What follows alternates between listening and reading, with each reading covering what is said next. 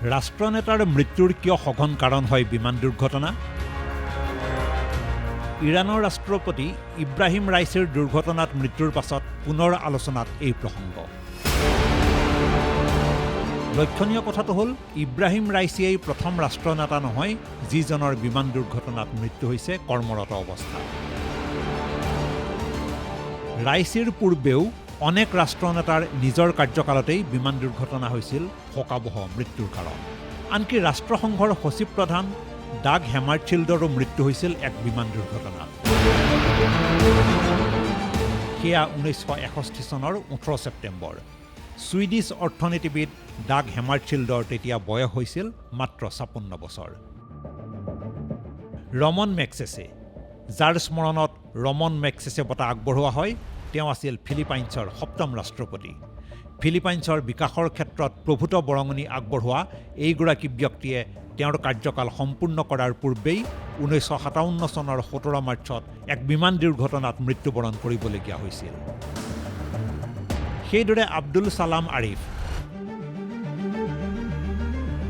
তেওঁ আছিল ইৰাকৰ দ্বিতীয় ৰাষ্ট্ৰপতি।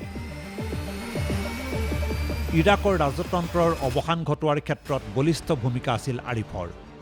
1966 চনৰ 13 এপ্ৰিলত তেওঁক কঢ়িয়াই নিছিল বায়ু বাহিনীৰ এখন হেলিকপ্টাৰে। কিন্তু বছৰা চহৰৰ ওচৰত সেই বিমান দুৰ্ঘটনাত পতিত হোৱাৰ পৰিণতিত তেওঁৰ জীৱনাৱসান ঘটে। একে পৰিস্থিতি কাষ্টেলো ব্ৰাংকোৰ। ব্ৰাজিলৰ 26 সংখ্যক ৰাষ্ট্ৰপতি আছিল ব্ৰাংকো। 1967 চনৰ 18 জুলাইত মাজ আকাশত দুখন বিমানৰ মুখামুখি সংঘৰ্ষত অৱধাৰিতভাৱে ধ্বংস হৈছিল ব্ৰাংকোৰ বিমান। তেওঁ তেতিয়াও আছিল ব্ৰাজিলৰ ৰাষ্ট্ৰপ্ৰধানৰ দায়িত্বত। লিঅন এম্বা, এওঁ আছিল আফ্ৰিকাৰ সৰু ৰাষ্ট্ৰ গেবনৰ প্ৰথম ৰাষ্ট্ৰপতি। ইমানেই সৰু দেশ যে এই 2024তো গেবনৰ জনসংখ্যা মাত্ৰ 25 লাখ। এই ৰাষ্ট্ৰৰ প্ৰথম ৰাষ্ট্ৰপতি এম্বাৰো বিমান দুৰ্ঘটনাই হৈছিল কাল। সেয়া আছিল 1967 চনৰ 28 নৱেম্বৰ। চামোৰা মাছেলৰো একেই কাহিনী। মোজাম্বিকৰ ৰাষ্ট্ৰপতি আছিল মাছেল। কাৰ্যৰত অৱস্থাতে 1986 চনৰ 19 ডিচেম্বৰত এক বিমান দুৰ্ঘটনাত মৃত্যু হৈছিল মাছেলৰ। অৱশ্যে এই দুৰ্ঘটনাক দক্ষিণ আফ্ৰিকাৰ কুটাঘাত বুলিও সন্দেহ কৰে এছামে। ৰছিদ কাৰামী আছিল লেবাননৰ দীৰ্ঘকালীন প্ৰধানমন্ত্ৰী। 1987 চনৰ 1 জুনত তেওঁক কঢ়িয়াই নিয়া হেলিকপ্টাৰত ঘটিছিল বোমা বিস্ফোৰণ। পৰিণতিত প্ৰধানমন্ত্ৰী কাৰামীসহ নিহত হৈছিল কেইবাজনো লোক। আৰু ক'ব লাগিব আমাৰ প্ৰতিবেশী পাকিস্তানৰ ৰাষ্ট্ৰপতি জেনেৰেল মহম্মদ জিয়াউল হকৰ কথা।